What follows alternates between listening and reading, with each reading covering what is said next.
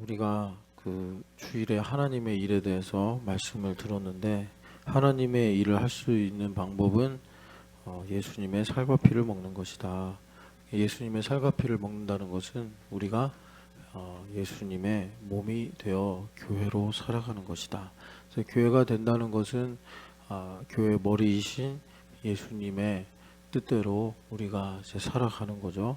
그런데 이 일을 우리가 이번 주에 쭉 이제 요한복음을 중심으로 말씀을 듣는데, 주님께서 이때 시간에 관해서 계속해서 말씀을 하고 계십니다. 그래서 여기 우리가 익히하는 나면서부터 소경으로 태어난 사람의 이야기를 지금 서두로 읽었는데, 여기서도 예수님께서 이제 시간에 관한 말씀을 하시면서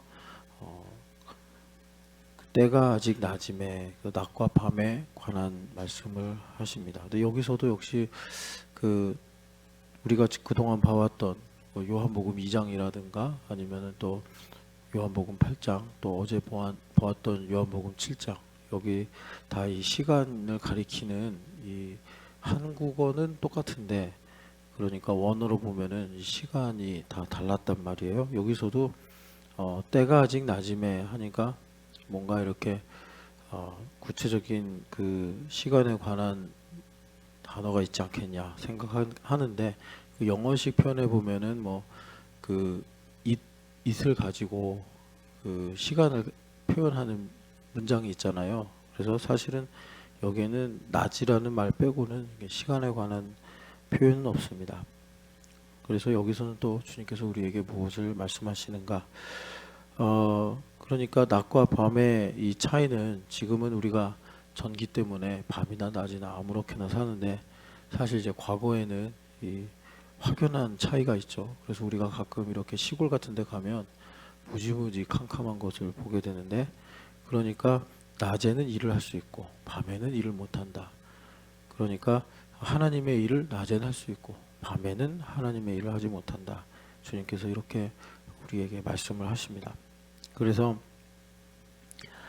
이 주님께서 지금 이렇게 상징적으로 낮과 밤을 말씀하시는데, 이것은 사실 이제 상징을 걷어내고 주님께서 말씀하시는 본의를 두고 말하면, 그러니까 소속을 주님께서 가리키시는 건데, 그래서 우리가 아무리 많은 일을 해도 내가 지금 하고 있는 모든 일이 소속이 세상에 속해 있으면 하나님께는 다 무의로 돌아가는 것이요, 내가 하는 일이 참 보잘것없고 작을지라도 내가 소속이 하나님께 있으면 하나님께서는 그 일을 가지고도 여기 이제 보면은 나면서부터 이 맹인으로 태어난 사람의 문제도 주님께서 고쳐주실 수 있다, 새롭게 하실 수도 있다라는 것입니다.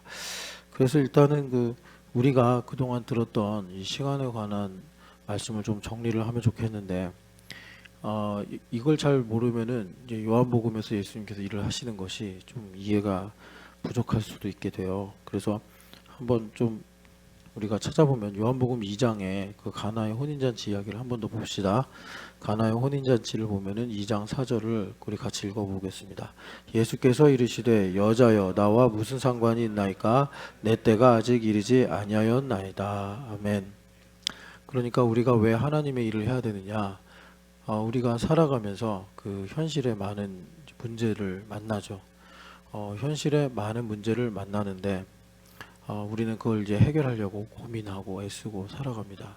그런데 우리가 좀 얼마큼 살다 보면 문제가 해결이 안 되는구나. 문제가 해결이 안 되는구나. 그래서 해결했다고 생각했는데 그냥 또 시간이 지나면 그대로 있고, 그래서 많은 사람들이 이렇게 보면 어른이 돼서 사는 모양이 덮어놓고 살더라고요. 이 정도면 뭐 문제 없겠지 하고. 그런데 또 그런 차원으로 보면은 문제가 있는 게 감사한 거예요. 그러니까 그런 것들이 이제 우리에게 하나의 사인이 되어서 내가 하나님의 뜻이 무엇인지 찾고 구하게 만드는 그런 하나님의 또 메시지가 되니까, 그 믿는 사람을 전제로 하고 참 우리가 선하고 또 복되면 그냥 문제가 없어도 하나님을 찾게 되고, 그래서 우리가 인생을 참 복되게 살 텐데, 참 우리가 그런 고통이 없으면, 리고렌 목사님 말씀대로 고통이 없으면 하나님의 뜻이 이루어지기를 그렇게 구하지 않아요. 그냥 이대로 현상 유지가 됐으면 좋겠다, 아니면 지금보다 조금 더 잘 살았으면 좋겠다. 그래서 예수님 믿는 사람들이 되게 자기는 별로 욕심이 없다, 그냥 뭐 이거보다 조금 돈 더 벌었으면 좋겠고, 난 좀 여기서 좀 더 걱정이 없었으면 좋겠다, 그러면서 되게 그 자기가 뭐라 그럴까, 하여튼 소탈하다, 하여튼 뭐 욕심 별로 없다, 뭐 내가 뭐 그렇게 대단한 적이 없다. 그런데 성경은 그런 걸 갖고서 이게 악하다 선하다 뭐 이렇게 말씀 안 하시고, 그거는요, 여러분들이 이제는 하나님께 치팅하면 안 되는데, 그러니까 세상 사랑한다는 얘기거든요. 세상을 사랑한다 나는. 그런데 얼굴은 아이고 뭐 제가 무슨 뭐 재벌이 되려고 하는 것도 아니고, 뭐 제가 이 땅에서 엄청나게 부귀영화를 누리려고 하는 것도 아닙니다. 그냥 저는 여기서 좀 더 이제 걱정 없이 좀 이렇게 문제 없이 살고 싶을 뿐입니다, 라고 하는데, 여러분들이 이제 그렇게 말하면 사람이야, 이 사람 참 뭐 욕심 없고 참 소박하게 사는 사람이구나, 이렇게 생각할지 모르겠는데, 하나님께는 확 불을 지르고 오는 거예요. 그래서 그렇게 불을 지르면 하나님께서, 여러분도 이렇게 성경 보시면 알겠지만 하나님께서 이렇게 매를 드시는 게 사랑인데, 하나님께 불을 지르면 하나님 놔둡니다. 그냥 그래 살아라, 너 말대로 그냥 욕심 없다고 하니까 너가 그냥 그렇게 무심하게 살아라, 이렇게 주님께서 놔두시는데, 그게 진짜 이제 무서운 일이죠. 그 앞에 너 왜 계속 왔다 갔다 해? 가만히 앉아 있지 않을 거야? 그래서 이렇게 파리처럼 왔다 갔다 하고 있어요. 그래가지고 정신사납게. 자, 그래서 주님께서 여기 이제 2장 4절에 예수께서 이르시되 여자여 나와 무슨 상관이 있나이까, 내 때가 아직 이르지 아니하였나이다. 그래서 이 말은 그 다 때로 번역은 되는데 호라라는 건데요, 이건 특별한 지점을 가리킨다. 그런데 아직 여기 내 때가 이르지 아니하였나이다. 그래서 우리가 한글로 쓰여진 것만 보면 예수님께서 하기 싫다는 얘기 아니냐. 그런데 이상하게 4절 이후에는 마리아는 하기 싫다고 하는 예수님을 억지로 뭐를 시키려고 하는 것처럼 이제 그 스탠바이 해라, 이렇게 종들한테 말하고, 예수님은 하기 싫다고 얘기해 놓고서 종들한테 물을 채워라, 이렇게 명령을 하신단 말이에요. 그런데 이 물 채우는 게 쉬운 일이 아니에요. 6동아리인데, 이 항아리가 6개인데 이게 엄청 큰 항아리거든요. 그러니까 적극적으로 일을 하신 거예요, 예수님께서. 그리고 나중에 이제 결말에 가면 예수님께서 표적을 행하신 것이다, 이렇게 말씀을 한단 말이죠. 그 2장 4절을 한글로만 보면은 조금 여러분들이 그 이후의 스토리하고 맞지 않는 느낌을 가질 거고, 그래서 제가 이걸 조금 이제 정확하게 여러분들한테 바꿔드린 게, 여기 나와 무슨 상관이 있나니까, 이게 정말 잠깐 잘못했어요. 그러니까 그 정확하게는 당신과 나, 이렇게 마리아와 예수님 함께 당신과 내가 무엇을 해야 합니까? 이 질문이에요. 정확하게 바꾸면 그 다음에 여자여, 이렇게 말합니다. 이제 그 다음부터는 사실 이제 요한복음에 보면은 십자가에서도 예수님께서 여자여 보소서 당신의 아들입니다, 이렇게 말씀하거든요. 그게 예수님 돌아가시기 전에 부양의 의무를 요한에게 이렇게 넘기는 말씀이 아니고 이제 교회에게 축복을 하는 것입니다. 그러니까 여기서도 마찬가지인데, 여자여 하고서 내 때가 아직 이르지 아니하였나이다. 그러니까 이 말을 오늘 아까 전에 요한복음 9장의 말씀으로 바꾸면 지금은 낮임에 하나님의 일을 할 때입니다, 이제 이런 의미예요. 그런데 여기서는 이제 그 지점을 가리키는 어떠한 특별한 시점, 그래서 이거를 우리가 이제 이런 말 하잖아요. 우리 3시에 영화 보자, 우리 6시에 어디서 만나자. 그러면 이제 그 특정한 시점이 생기는 거 아닙니까? 그러니까 이 호라의 의미는 뭐가 있냐면 하나님의 말씀이 성취되는 때입니다. 네, 하나님의 말씀이 성취가 되는 때. 그러니까 사실 시간으로 말하지만 우리가 이 말씀을 이해하려면 나의 인생에 또 적용하려면 나를 향하신 하나님의 뜻이 무엇이다. 이걸 우리가 이제 알아야 된단 말이에요. 그래서 여기서 여러분들한테 제가 특별히 한 번 더 강조해 드린 게 이르지 아니하였나이다 라는 이 표현인데, 이것이 그러니까 한국어로는 이렇게 말하기가 어렵다. 완료형 현재라는 건데, 그러니까 왔다. 그런데 아직 계속 오고 있다. 이런 어감이에요. 요즘에 우리 주말 캠프 아이들이 이제 교회 나와서 공부를 하는데, 그 아이들을 엄마가 공부를 시키면 계속 씨름을 해야 됩니다. 그러니까 스트레스를 받는다는 얘기죠. 이거 그냥 뭐 한 4, 50만 원 주고 학원 보내면 그 어떻게 보면 자동으로 해결될 수 있는 문제인데, 씨름을 해야 되니까 참 하나님과의 관계를 우리가 따져보지 않을 수가 없게 되는데, 그게 사실 또 복이고요. 그런데 여기 보면은 우리 아이들을 이제 잘 가르치려고 그래요. 그럼 이 의미가 뭐냐면 이미 내가 좋은 엄마가 됐다라는 믿음을 가지고 있어야 돼요. 충분한. 이제 하나님께서 우리에게 주시는 약속이잖아요. 뭐 좋은 엄마든 좋은 아빠든 뭐 좋은 성도든 뭐 완벽한 무엇이든 간에 주말 캠프로 보면은 나는 이미 좋은 엄마야. 교만이 아니고 자가당착 같은 착각이 아니고 하나님께서 내게 주신 확신, 하나님을 믿는 거죠. 하나님께서 세우셨으니 당연히 나는 뭘 하든 훌륭한 좋은 그 포지션을 갖게 되는 겁니다. 그렇게 될 때 그러니까 하나님의 일로서 아이들을 가르치고 아이들을 양육하는 일이 이제 이루어지는 거예요. 좌우간에. 이 부분이 흔들려 버리면 하나님의 일을 못하는 거예요.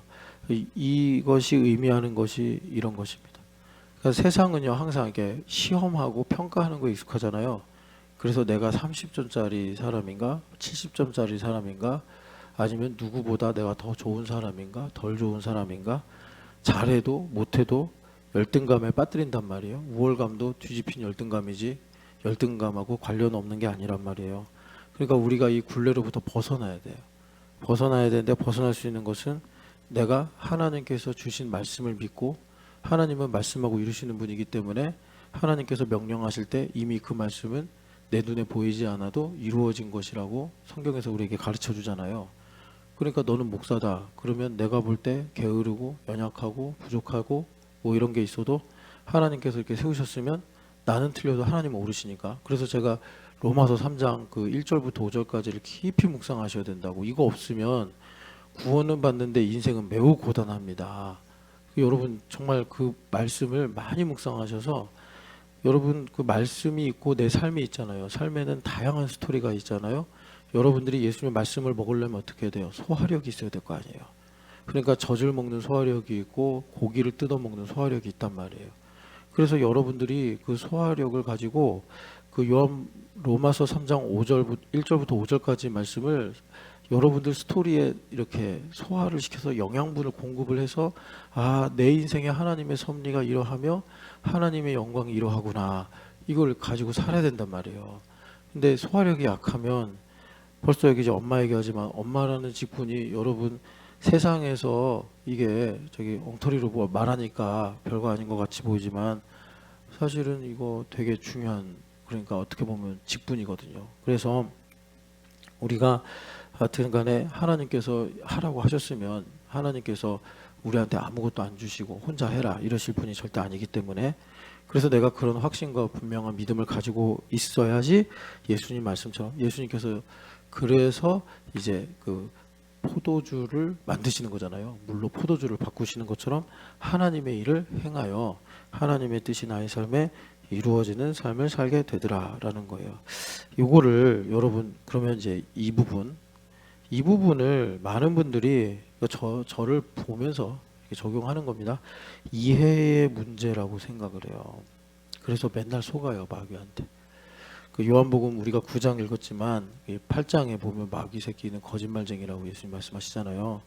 이걸 잘 알아야 되는데, 그러니까 우리는 이제 이걸 받아들인다고 생각하고 이해를 요구해요. 이해가 되면 내가 참 좋은 성도구나, 내가 좋은 엄마요, 내가 좋은 아빠요, 뭐 좋은 성도요 해가지고 이제 하나님의 일을 하게 되겠구나 이거 이해를 하고 이제 이거를 하나님 앞에서 이제 구한단 말이에요. 근데 이거 이해의 문제가 아니에요.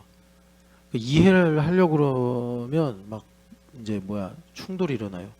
그래서 제가 어떻게 하면은 이거를 좀 이렇게 실감나게 나눌 수 있을까 하다가 이걸 제가 2009년에 봤는데 2009년에 본 거니까 하여튼간에 되게 젊을 때 봤네요. 근데 오랜만에 봤더니 여기에 정답이 있더라고요. 한번 여러분 제가 이게 뭐냐면 그 데이비드 브레이너드라고 여러분들 뭐 들어보신 적이 있으신 분도 계실 텐데 아주 훌륭한 책입니다. 아주 훌륭한 책인데 무슨 책이냐? 일기예요. 일기인데 이분의 일기에 참 진리가 많아요. 자 이거예요. 이분이 이제 대학을 갔어요. 그래가지고 예일대를 갔다가 예일대에서 퇴학을 당합니다. 그 어간의 일인데 나의 영혼은 하나님과 홀로 있을 시간과 기회를 좀 더 많이 갖고 싶은 바램으로 슬퍼지곤 했다. 이듬해 봄과 여름은 시골의 외딴 곳에 있었던 까닭에 신앙생활하기가 훨씬 수월하였고 더 많은 위로도 누릴 수 있었다. 다만 학업에 대한 야심이 나의 영적 생활의 활기와 행동을 크게 위축시키고 있었다. 그러나 내 마음속에는 맨 먼저 하나님의 위로가 내 영혼을 위로하셨다는 많은 생각들이 언제나 사실로 남아 있었다. 날마다 커다란 위로가 넘쳤다. 1740년 6월 어느 날 나는 대학으로부터 상당히 많이 떨어져 있는 벌판을 한낮에 홀로 걷고 있었다. 기도를 하는 중에 하나님 안에서 이루 말할 수 없는 향기로운 기쁨을 맛보았다. 만일 이 죄 많은 세상에서 살아가야 한다면 항상 거기 머물고 싶었고 하나님의 영광을 배우고 싶었다. 나의 영혼은 온 인류를 극진히 사랑하였고 내가 누리는 것을 그들도 누려야만 되겠다고 간절히 열망했다. 천국 생활을 맛보았다. 그러니까 여러분 일기인데 뭘 지금 가리키고 있는가 좀 여러분들이 느낌을 가지실 수 있을 거예요. 그러니까 이거는 지금 뭐 교리나 아니면은 어떤 방법론에 관한 기술이 아니고 이분의 체험에 대해서 말씀하는 겁니다. 지금 제가 뭘 얘기하려고 하는 거냐면 우리가 하나님의 일을 하려면 그러니까 내가 현실에서 하나님의 일을 하려면 그 이미 왔다. 이미 이루어졌다라는 분명한 믿음이 있어야 되는데 우린 이걸 이해로 가져가려고 그러니까 그런 마음을 가지면 가질수록 나의 허점이 보이고 나의 부족함이 보이고 그래서 마귀한테 콧꿰기가 쉬워지는데 이건 이해의 문제가 아니다 하면서 지금 이분의 이야기를 제가 좀 읽어드리고 있어요. 10월 18일 1740년 10월 18일입니다. 아침 기도를 드릴 때 나의 영혼은 매우 여리어져서 나의 큰 죄와 더러움을 심각하게 슬퍼하게 되었다. 나의 악한 성품에 대하여 전에 그렇게도 깊이 혐오감을 가는 감정을 품어본 적이 없었다. 그때였다. 나의 영혼은 하나님의 사랑 속으로 자연스럽게 옮겨지고 하나님께서 나를 사랑하신다는 뚜렷한 감정이 일어나게 된 것이다. 그리고 이러한 사랑과 소망은 두려움을 깨끗이 쫓아버렸다. 10월 19일 주일이다. 아침에 나는 내 영혼이 의에 줄이고 갈급함을 느꼈다. 나는 성찬식 중에 놓인 빵과 포도주를 보는 동안 예수 그리스도께서 지금 내 앞에 십자가에 못 박혀 계신 것으로 생각되었다. 내 영혼은 빛과 사랑으로 충만해졌다. 내 몸은 너무나 약하여져서 지탱할 수 없는 상태가 되었고 동시에 온 인류를 향한 매우 열렬한 애정과 굉장한 연민이 생겼다. 말하자면 내 영혼과 내 모든 영혼의 힘이 향기로움과 보드라움 속에 녹아드는 듯 하였다. 10월 20일 나는 은밀히 예배를 드리는 중에 성령의 도우심을 다시 알게 되었다. 아침이나 저녁이나 온종일 믿음 위에 생명과 위로를 받았다. 10월 21일 나는 내 마음속에 두루 하나님의 사랑을 적셔주시는 그 선하심을 다시 체험하였다. 경건의 시간을 드리는 중에 기쁨과 위로를 주셨다. 내 연약한 영혼의 모든 남은 부분을 신령한 일들로 온통 채워진 것 같았다. 이젠 너무도 깊이 하나님을 갈망하게 되었다. 죄로부터 자유함도 얻게 되었다. 몸이 회복되자 나는 다시 대학에 돌아가야겠다고 생각했다. 그러나 지난 해를 볼 때 그것은 영적인 성장에 매우 해로운 것으로 생각되었다. 나는 슬픔에 잠기지 않을 수 없었다. 차라리 죽는 것이 훨씬 나을 것으로 생각되었다. 왜냐하면 하나님을 떠난다고 생각하기만 해도 나에게 비탄을 주었기 때문이다. 하지만 학교에 돌아가기 전에 하나님과 몇 차례 달콤하고 의미 깊은 교제 시간을 갖게 되었다. 그 가운데서 나의 영혼은 말할 수 없는 위로를 누리게 되었다. 그래서 이분이 이제 학교로 돌아갔다가 퇴학을 당하고 인디언 선교사가 됩니다. 그러니까 하나님은 참 여러 가지 방법을 통해서 얼마든지 자신의 뜻을 이루시는 건데, 자, 이것은 이해에서 오는 게 절대 아니다. 내가 좋은 목사다라는 이해에서 오는 믿음이 아니고 하나님과 연합을 통해서 오는 거다. 그래서 1740년에 쓴 일기이지만 그때는 뭐 전기도 없고 자동차도 없고 컴퓨터도 없는 시대이지만, 그래서 우리랑 다 상당한 거리가 있고, 그렇지만 믿음은 같잖아요. 하나님은 동일하시니까.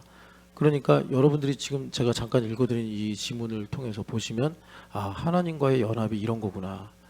그러니까 우리가 이런 언어, 이런 표현, 이런 경험을 많이 잃어버렸거든요. 대신에 일상의 바쁜 일들, 세속적인 것들, 이런 것들이 들어와서 사실 우리가 이런 것들을 오늘에 맞게 살려서 전하고 증거하는 것이 필요한데, 연합을 통해서, 다시 말하면 사실 내가 좋은 목사다라는 건 하나님 내 안에 들어오셔서 나타나는 증거일 뿐이에요. 내가 얼마나 능력을 가지고 있느냐, 내가 얼마나 이해를 가지고 있느냐, 그 차원이 아니고, 그러니까 하나님께서 내 안에 계심으로 인한 기쁨, 평안, 사랑, 이런 것들이 나의 정체성을 세상이 나눌 수 없고 세상으로부터 내가 찾을 수 없는 그 영원하고 변함없는 것으로 우리가 가지게 되는데, 하나님의 뜻이죠. 그걸 우리는 이제 드러날 때, 아, 믿음을 가지고 있다, 그런 것이고, 그것을 가지고 우리가 살아가는 것을 믿음으로 말미암아 산다. 나의 삶에 하나님의 일이 이루어진다라는 것입니다. 이게 요한복음 2장에 나와 있는 사실 영광이에요. 그러니까 여러분들이 예수님께서 그 이제 마리아 선생님하고 얘기하시면서 포도주로, 이제 물로 포도주를 만드시는데, 이게 이겁니다. 그러니까 예수님께서 그 가운데서도 하나님으로 기뻐하고 하나님으로 감사하고, 지금 데이비드 브레이너드가 그 기도하면서 또 하나님과 1대1의 시간을 가지면서 자기가 어떤 위로와 은혜를 받았는가를 이제 쓰고 있잖아요. 그런 충분한, 지금 상당히 스트레스를 많이 받고 있고 건강도 결핵 때문에 상당히 안 좋은 상태인데, 그런데 그런 모든 일들을 다 하나님께서 물이 바다를 덮음과 같이 상쇄하실 만큼 은혜를 주시니까, 뭐 그것에 대한 두려움, 나 뭐 공부는 어떻게 할 것인가, 뭐 나 미래는 어떻게 살 것인가, 뭐 몸이 안 좋다, 아프다, 이런 얘기 없이 하나님과 내가 얼마나 복되고 귀한 동행의 시간을 갖는가, 이것을 가지고 있을 때 그가 이제 분명한 하나님으로부터 오는 그 정체성을 가지고, 오늘 우리로 말하면 나는 하나님께서 이제 세우신 좋은 아버지다, 좋은 성도다, 좋은 교사다, 이 정체성을 가지고 있으니까 하나님의 일을 행하는데, 그게 포도주, 혼인잔치의 물을 포도주로 바꾸어서 하나님께서 이제 나를 통해 영광을 받으신 일들이 이루어지더라라는 것입니다. 그래서 이 부분이 되게 중요해요. 그러니까 요한복음 2장의 이 부분은 행간에 나와 있는 말씀인데, 얼마나 예수님이 기쁨의 사람이었으면, 얼마나 예수님이 희망의 사람이었으면, 얼마나 예수님께서 위로의 사람이었으면, 이렇게 생각하십시오. 물이 견디지 못해 포도주가 되었을까. 이렇게. 그러니까 하나님의 일이 이렇다니까요. 여러분, 물로 포도주를 만들려고 그러면 박사 학위를 몇 개를 따야 되고 뭐 이걸 AI를 어떤 걸 개발해야 되고, 사실 뭐 거의 불가능한 거에 가깝잖아요. 근데 그게 될지 안 될지 모르겠는데, 그런데 예수님께서 그렇게 기쁨과 성령 하나님으로 충만한 상태이니 그분이 마이더스 손과 같이 가시는 곳마다 하나님의 일이 이루어지더라라는 것이에요. 그래서 다시 한번 말씀드리는데, 여러분, 우리가 먼저 이 하나님의 분명한 정체성을 가지고 있으면 되는 문제인데, 이것은 내가 어떤 노력이나 자격이나 소유나 뭐 세상에서 우리에게 가르쳐준 그런 것으로 되는 것이 아니라 하나님과 일상에서의 연합이다. 여러분 꼭 그걸 아시고 이 복된 하나님의 일을 하는 그 시간을 사시기를 축복합니다. 그리고 어제 우리가 읽었던 요한복음 7장을 보면 또 다른 맥락인데, 7장을 보면은 동생들하고 대화를 하시는데 동생들이 예수님을 안 믿으니까, 여기서 중요한 거는 사실 예수님을 뭐 핍박까지는 아니지만 불신안에서 조롱한 거잖아요. 4절에 보면은 스스로 나타나기를 구하면서 묻혀서 일하는 사람이 없나니 이 일을 행하려거든 자신을 세상에 나타내소서. 그러니까 여러분 이것을 똑 띄어서 그냥 중립으로 놓고 보면은 당신은 세상의 빛이십니다. 세상에 하나님의 영광을 비추어 주소서라는 거룩한 고백과도 같은 말씀으로 볼 수 있어요. 그런데 이 맥락으로 들어가면은 형제들이 예수님을 믿지 않고 공관복음서 쪽을 보면은 예수님을 미쳤다고 말했단 말이에요. 그러니까 이 말을 그런 신령한 기도로 보지 않고 우리는 알죠. 예수님을 지금 조롱하고 있구나. 이렇게 보는데, 예수님께서 여기 이제 7절에 보면은 6절에 내 때, 여기서 때는 그 카이로스를 가리키는 거다. 그러니까 여기서 이제 카이로스는 우리가 많이 들었지만 하나님께서 우리에게 주신 기회라고 그랬잖아요. 그러니까 예수님께서 이걸 분명히 분별하셨기 때문에 동생들이 이렇게 말을 해도 이것 때문에 낙심하고 동생들을 미워하고 그러신 것이 아니라 하나님의 뜻으로 받아들이셔서 이제 이 초막절 지키러 올라가신단 말이에요. 여러분들 이 말씀을 그렇게 이제 하나님의 또 섭리 속에서도 봐야 되는데, 그래서 우리가 이제 카이로스에 대해서, 그래서 이 카이로스가 성경에 여러 번 등장하지만 대표적인 것이 우리랑 관련해서 꼭 기억해야 되는 게 에베소서 5장 16절 말씀이란 말이에요. 같이 한번 읽어보겠습니다. 에베소서 5장 16절 말씀. 에베소서 5장 16절 말씀 같이 읽겠습니다. 세월을 아끼라 때가 악하니라. 아멘. 예수님께서 너희의 때는 늘 준비되어 있다. 이 말씀이 이제 여기 에베소서 말씀으로 보면 때가 악하다. 이제 이렇게 우리가 보면 되겠고, 그러면 이제 내 때가 아직 오지 않았다라는 것은 여기 16절로 보면은 세월을 아끼라.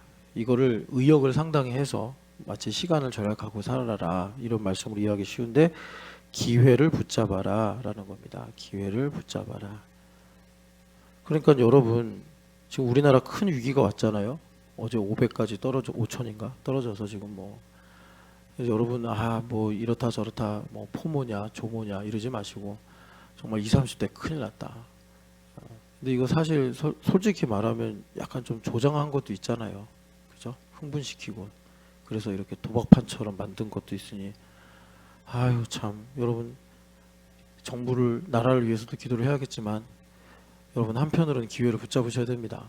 하나님의 뜻이 무엇인가. 이럴 때 헐랭이처럼 살지 마시고 제발 좀 그 예전에 저도 이제 학교 다닐 때 보면은 공부 잘하는 애들 중에 특징이 뭐냐, 할 때 하고 안 할 땐 또 신나게 안 하고 그러더라고요. 근데 못하는 애들의 특징은 놀 때 열심히 하고 해야 될 타이밍 때 뭐 놓쳐요. 그러니까 약간 좀 안타까운 생각이 있었는데, 여러분 지금은 기회를 붙잡아야 될 때예요. 헐랭이처럼 유튜브 볼 때가 아니고. 자, 그러니까 다시 여기 이제 에베소서 5장을 보는데 우리가 무슨 수로 기회를 붙잡습니까? 교회가 되어서 예수님은 이 부분에 대해서 완벽하신 분이니까 예수님과 하나가 되어 살면 되는 건데, 자, 아까 전에 예수님께서 이제 그 기회에 관해서 말씀하시고 그 배경이 뭐냐 봤더니 초막절이었단 말이에요. 초막절. 그래서 요한복음 7장을 다시 가서 37절을 읽어봅시다. 요한복음 7장 37절 말씀.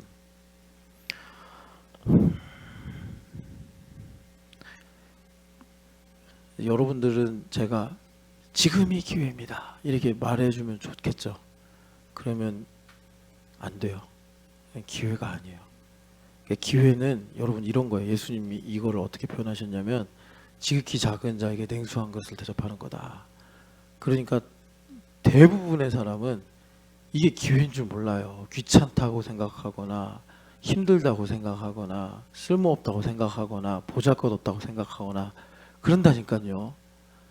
그래서 제가 지금이 기회입니다 이렇게 말해주면 누가 안 하겠어요. 우리 교회 사람 다 착한데. 근데 제가 정말 기회일 때는 말을 안 하죠. 말을 안 하고 힌트를 막 주는데 힌트를 주는 줄도 몰라요.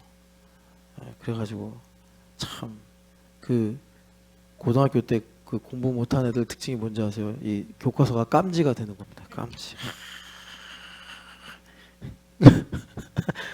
그런데 성적 안 나오고. 여러분 인생 깜지로 살지 마시고 선생님이 이거 나온다 그러면 기억해 놨다가 그걸 꼭 보시면 주관식 하나라도 맞는데 선생님 이거 나온다 그랬는데 그거 안 나오고 그러면 좀 그걸 잘 요약해 놓은 애 좀 노트를 좀 빌리든가 야 뭐가 시험에 나올 것 같아 물어보든가 귀동냥을 해서 이거 나올 거야 그러면 주관식 하나 맞추잖아요. 그냥 냈다 깜지. 그리고 재밌는 게 뭔지 알아요? 공부 안 된 미안합니다 못하는 애들끼리 퀴즈 하고 있어요. 야야 이거 그리고서 시간 허비하고 예 여러분 기회 붙잡아야 돼요. 기회. 중고등학교 때 충분히 했으면 이제 졸업하고 이제 그렇게 살지 말아야지. 계속 깜지 인생 살면 어떡하려고 그래. 자 그래서 여기 보면은 그래서 요한복음 7장에 주님께서 37절 같이 읽어보겠습니다.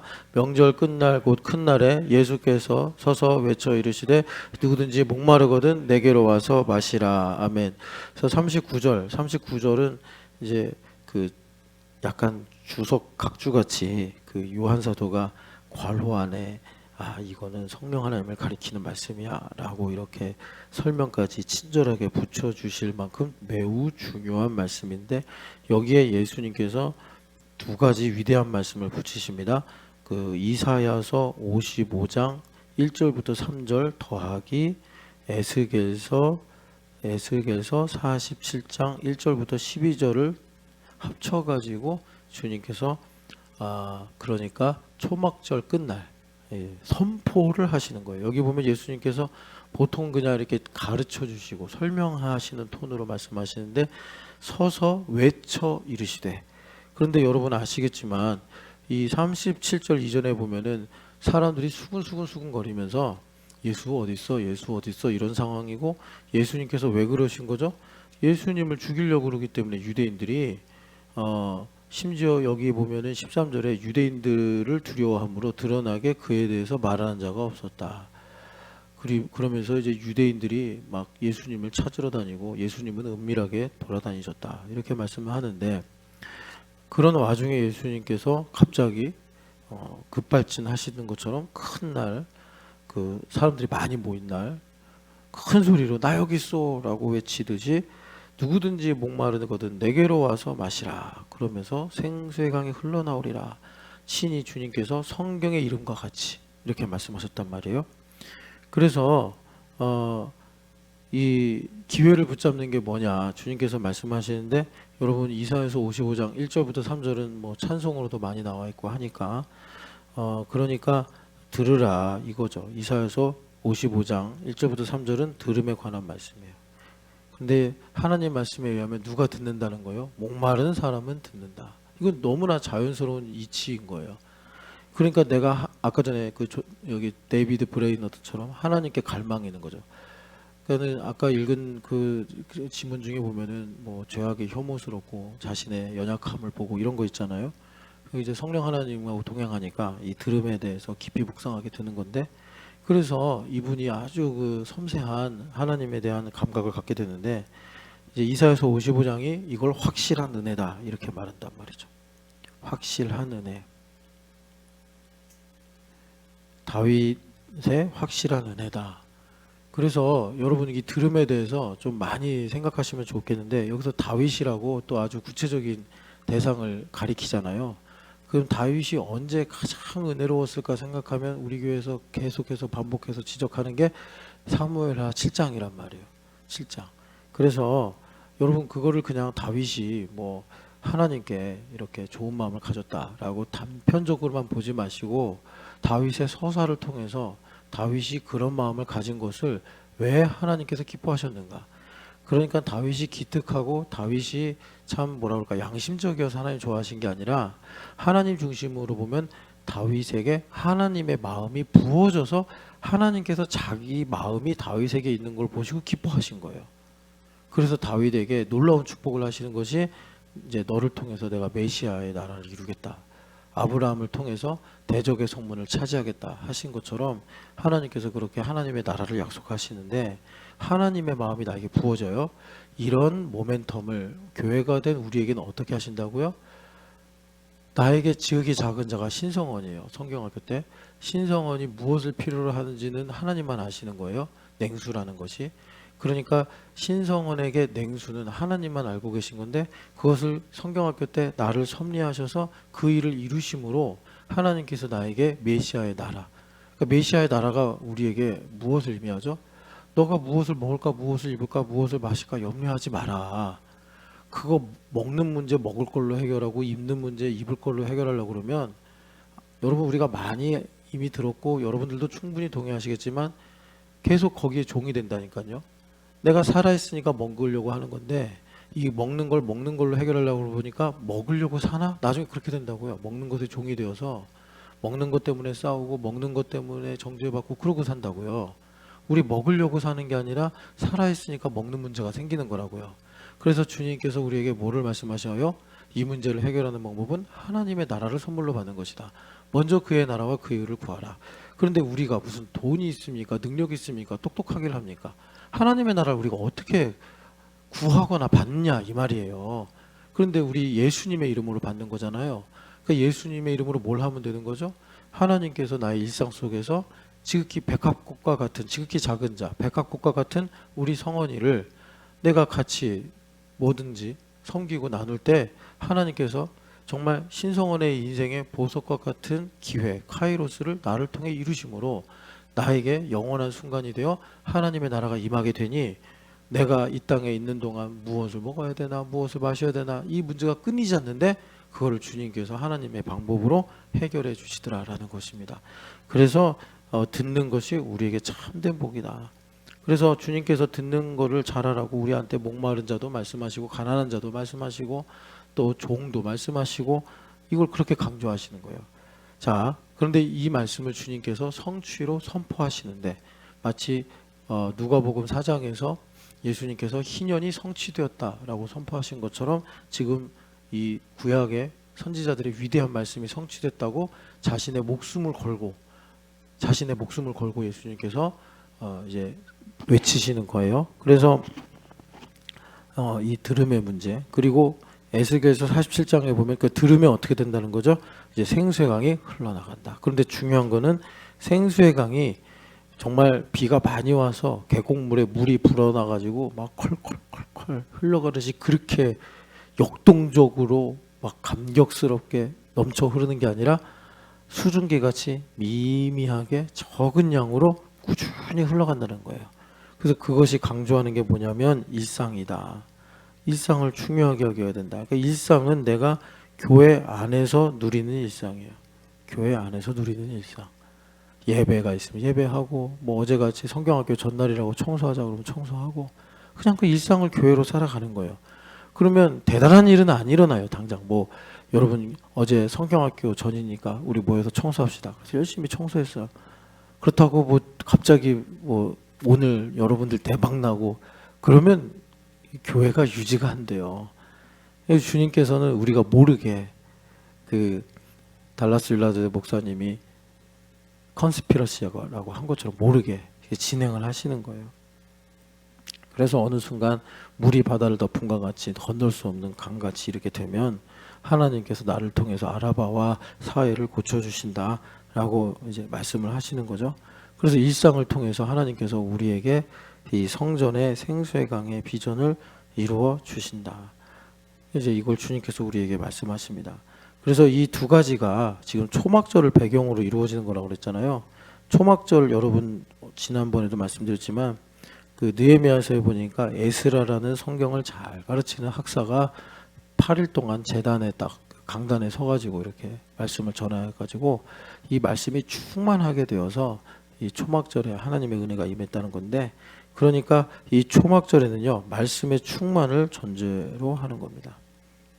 이 말씀의 충만이 뭐냐? 자, 그러면 내가 뭐 성경을 많이 알고 정말 통달하고 그런 거냐? 물론 결과적으로 그럴 수도 있는데, 말씀의 충만은 자, 말씀이신 예수님께서 나의 장막이 되시는 거예요. 그래서 예수님이 나를 커버 쳐주시는 거야. 예. 그래서 아까 전에 그걸 우리가 데이비드 브레이너드의 일기로 좀 본 거예요. 예. 데이비드 브레이너드도 방황도 많이 했고 또 참 하나님 앞에 어려운 시절도 많았어요.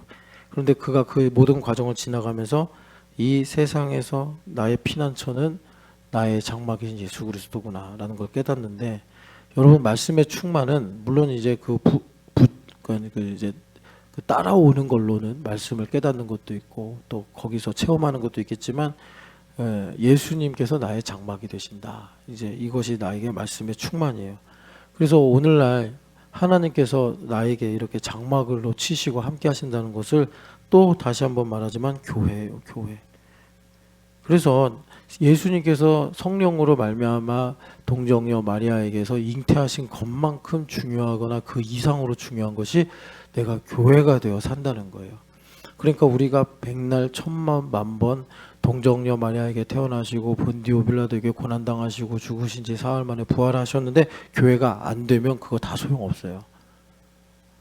이만큼 교회가 중요한데, 그런데 참 나사렛 예수를 메시아로 고백하는 것이 복음서에 참 복된 일이 어떤 것처럼 사람들이 모여있는 이 교회를 보면서 이것이 히브리서 12장의 말씀처럼 의인들의 총회요, 장자들의 모임이요, 이렇게 볼 수 있다면 참 그것이 영광스럽고 복된 일이더라 라는 것입니다.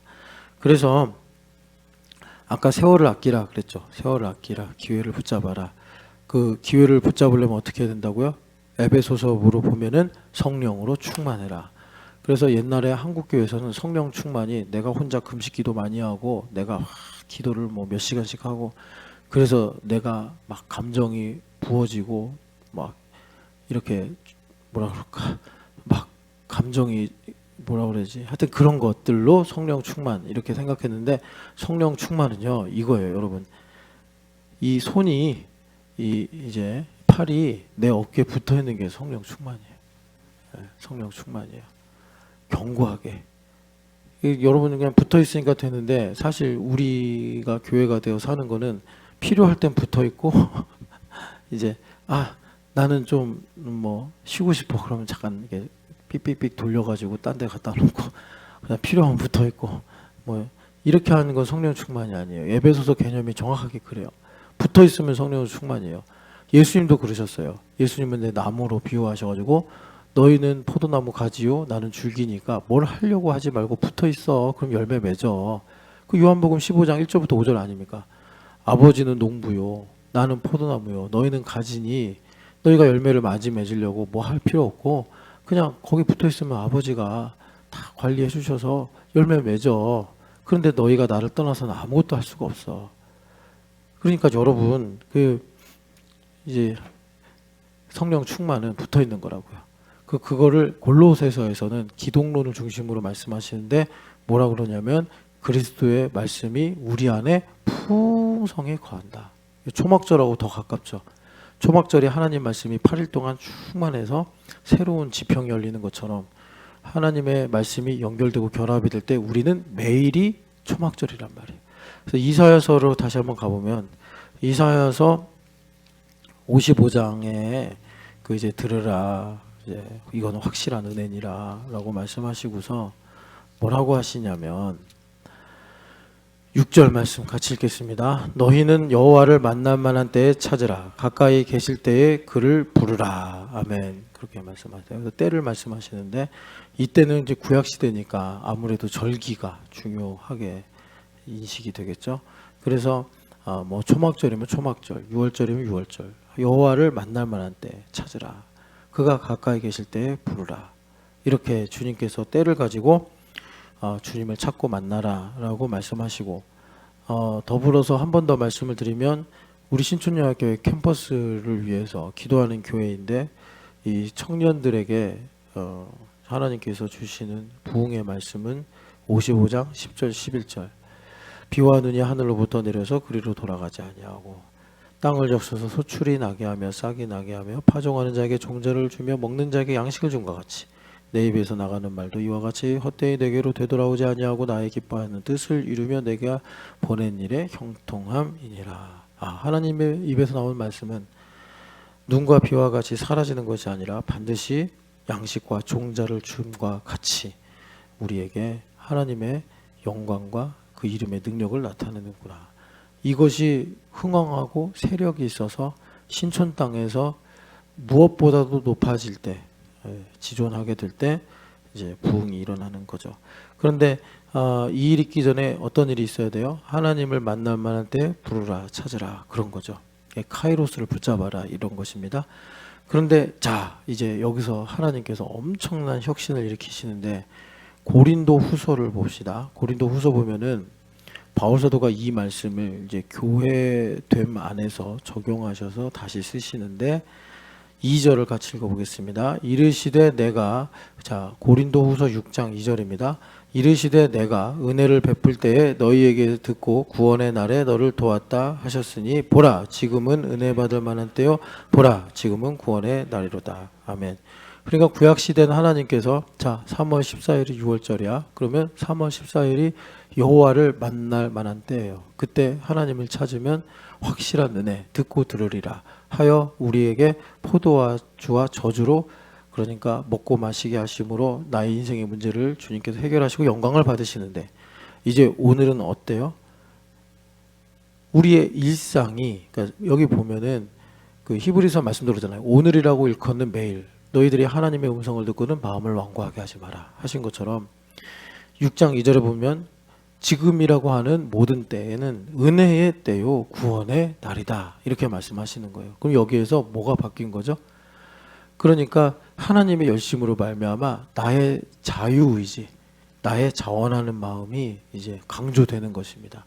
그러니까 내가 자원하여 하나님의 말씀이 내 안에 충만하게 거하심으로 역사하시면 꼭 3월 14일만 6월절이 아니라 나의 몇 월 며칠이 나의 6월절이 되고 나의 초막절이 되고 나의 오순절이 되어서 하나님께서 은혜를 베푸시고 나를 구원하시는 그런 일들로 나타나게 되더라라는 것입니다. 이것을 주님께서 교회로 이루셨다라는 거예요. 그래서 주님께서 그렇게 교회가 되게 하셔서 나로 하나님의 기회를 붙잡게 하시고 자 다시 이제 요한복음 9장으로 가봅시다.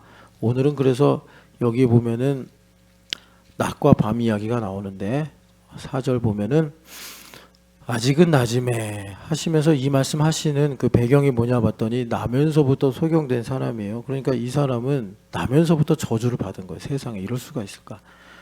그래가지고 제자들이 이 사람의 죄 때문에 그런 겁니까? 부모의 죄 때문에 그런 겁니까? 그러니까 나면서부터 소경이 됐으니까 유대인의 세계관에 의하면 유대인의 세계관은 현상과 영적 배경이 하나니까 이 사람의 현상이 나면서부터 소경이란 말이에요.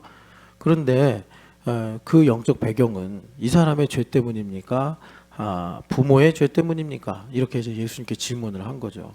그런데 예수님께서 이걸 뒤집으셔가지고 아까 전에 그 기회도 구약하고 예수님 이후가 바뀌는 것처럼 예수님께서 뒤집으셔서 죄 때문이 아니라 하나님의 일 때문이다라고 뒤집어 버리시는 거예요. 여러분 이렇게 인생을 살아야 돼요. 우리 분명히 이럴 수 있는 거죠.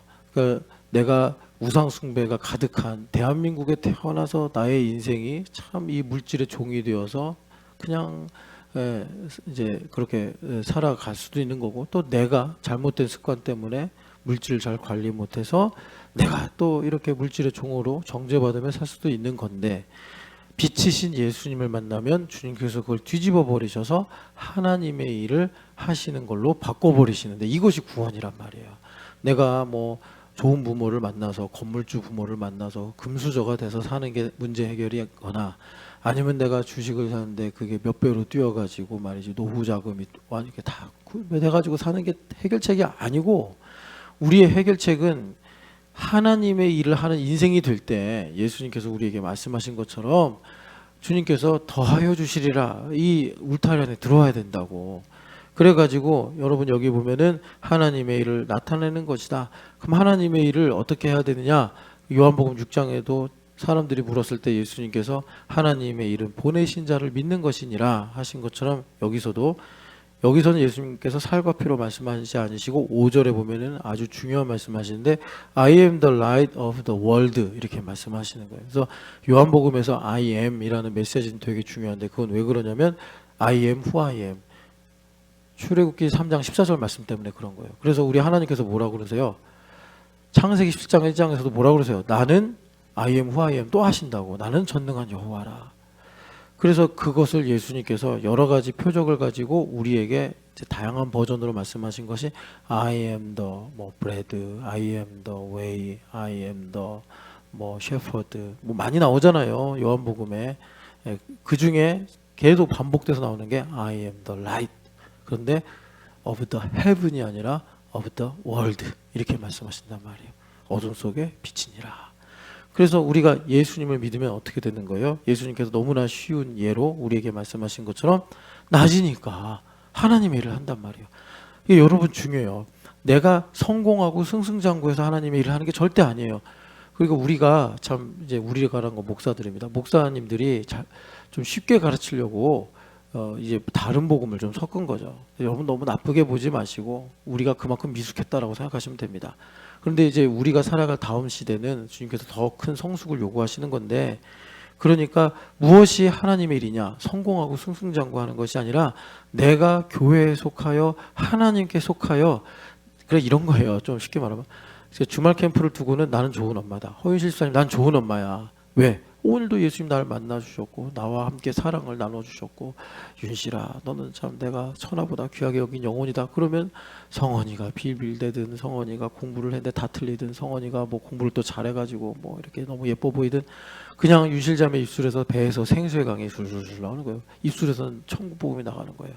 근데 윤실자매가 하나님도 못 만나고 하나님 계신가 싶고 너무나 바빠서 그냥 막 피곤하고 그러면 이제 성원이 보면 화딱지가 나는 거죠. 이 자식 이거 말이야 약속도 안 지키고 그래서 막 위감이 오는 거죠. 막 위감이 오고 그러면 성원이는 자기는 그냥 있을 뿐인데 저스트 신성원인데 왜 나한테 뭐라고 하지? 그치 그런 기분 들지.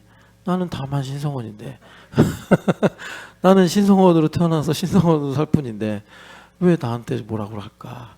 이런 거잖아요. 사막을 걷다가 선인장을 보고 에라 이 선인장아 에라 이 나쁜 선인장아 이러고 있는 거예요. 선인장이 지가 사막에 와가지고 나를 만나놓고 왜 나한테 뭐라고 하는 거야.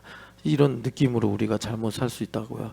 그래서 우리가 여러분 이거 인생의 진리니까 그래서 여기서 중요한 것이 우리가 예수님께 속하여서 세상의 빛이신 예수님과 동행하면 우리 인생이 낮이란 말이에요. 그래서 우리가 나면서부터 망가진 것조차도 하나님의 일을 나타내시는 영광이 되더라. 주님께서 우리에게 말씀하시는 것입니다. 그래서 여러분 이제 우리 여름 성경학교를 하는 시작인데 뭐든 여러분들 정말 너무 바빠서 낮에 내가 와서 애들하고 율동도 하고 게임도 하고 했으면 좋겠는데 못한다 그러면 밤에 와서라도 하나님 여기 앉아있던 애들 여기 앉아서 성경 가르치던 선생님들 복 주시옵소서 그렇게 기도하시면 주님은 그걸 또 그렇게 귀하게 여기세요. 그러니까 못할 게 없어요. 우리가 휴가가 안 나고 저기 김찬희 집사님 이번에 휴가가 안 났다고 그러던데 휴가 안 나도 하나님 감사합니다. 이렇게 와가지고 쓰레기라도 하나 버리고 이러면 하나님께서 참 너가 이렇게 나를 사랑하는구나 귀하게 여기신다고 그걸 이제 뭐라고 그러느냐. 여러분 우리가 이제 음악을 감상하면 독주도 있고 합주도 있는데 저는 그 교향곡을 좋아하거든요. 심포니 교향곡. 얼마 전에 우리 김진추 목사님이 하나님의 심포니인가 그 찬양을 막 부르면서 은혜롭다고 했잖아요. 그런 거예요. 우리에게 카이로스도 있고 크로노스 지금 이제 크로노스 말한 겁니다. 크로노스가 밤이냐 낮이냐 이거는 내가 어디 있느냐 무엇을 하느냐에 달려있지 않고 내가 어디에 속해 있느냐가 달려있는 거예요. 그래서 우리의 크로노스를 개척할 수 있다고 우리는 우리의 크로노스를 개척할 수 있는 거예요. 심포니가 여러 음악 여러 소리가 합쳐진 거잖아요. 심포니 폰, 음성, 많은 소리가 종합이 된 거잖아요. 그래서 호라, 크로노스, 카이로스가 다 모여가지고 어떤 거는 관악으로, 어떤 건 현악으로, 어떤 건 타악으로 하나님의 훌륭한 이 메시지를 영광스러운 메시지를 다 이제 자기들의 그 리듬으로 멜로디로 이렇게 조화롭게 할 때 정말 웅장하고 아름답고 그런 풍성한 하나님의 뜻이 영광이 나타나는 것이 아니겠어요? 여러분 그렇게 일상을 시간의 이 심포니로 살아가시기를 축복합니다. 그래서 그 핵심은 뭐냐? 성령 하나님의 지휘를 잘 따라가는 건데 그것은 뭐냐면 이거예요. 주님과 동행하고. 제가 요즘에 관심 있는 것이 여기 신촌 임마누엘 교회가 이름을 바꾼대요. 그래서 만날 때마다 물어봐요. 이름 어떻게 바꿀 거예요? 그랬더니 자기는 위더스가 좋은데 사모님이 반대를 해서 못하고 있다고 계속 이렇게 좀 하는데, 여러분 그 시간의 교향곡의 핵심은 그겁니다. 그 교향곡 들어보면 주제가 있잖아요. 계속 반복되는 주제. 조그맣게 했다가 또 크게도 했다가 하는 주제. 그게 뭐냐면 위드, 함께 주님과 동행하면서 그 다음에 더 가까이. 그렇게 여러분 주님과 그렇게 동행하실 때 하나님께서 우리에게 시간을 영원으로 풍성하게 새롭게 하시면서 우리의 삶에 하나님의 일을 충분히 이루실 줄 믿습니다. 여러 모양으로 여러분들 이번 성경학교를 통해서 하나님의 이 심포니를 참여하시기를 축복합니다. 사랑하는 하나님 아버지, 그래서 우리가 주님과 동행하면서 하나님 천국의 멜로디 가운데 살아가는 신촌연합교회가 되게 하여 주시옵소서. 하나님 아버지, 교회됨으로 우리가 이 일을 기뻐하며 우리 하나님께 찬양하고 기도하여 하나님 우리의 인생인 크로노스가 어둠의 그런 시간이 아니요 하나님 낮에 속하여 하나님 지나가는 일도 미래의 일도 하나님의 일을 나타내는 영광스러운 인생 살아가게 하여 주시옵소서. 그래서 하나님의 열심히 우리 가운데 임하며 하나님 우리에게 주시는 그 기회들을 우리가 참 하나님 우리의 인생을 걸고 붙잡고 또 구속하여서 주의 영광을 위해 하나님의 뜻이 이루어지는 복된 삶을 살게 하여 주시옵소서. 과연 하나님 우리가 교회가 되어 주의 영광을 바라볼 때 지금은 기회의 시대요, 지금은 격변기라 하나님의 뜻이 정말 한나 아줌마의 기도처럼 이루어지는 시대인 줄을 믿습니다. 하나님 전신 갑옷을 입고 깨어있게 하여 주시옵소서. 부활하신 예수님의 이름으로 기도합니다. 아멘.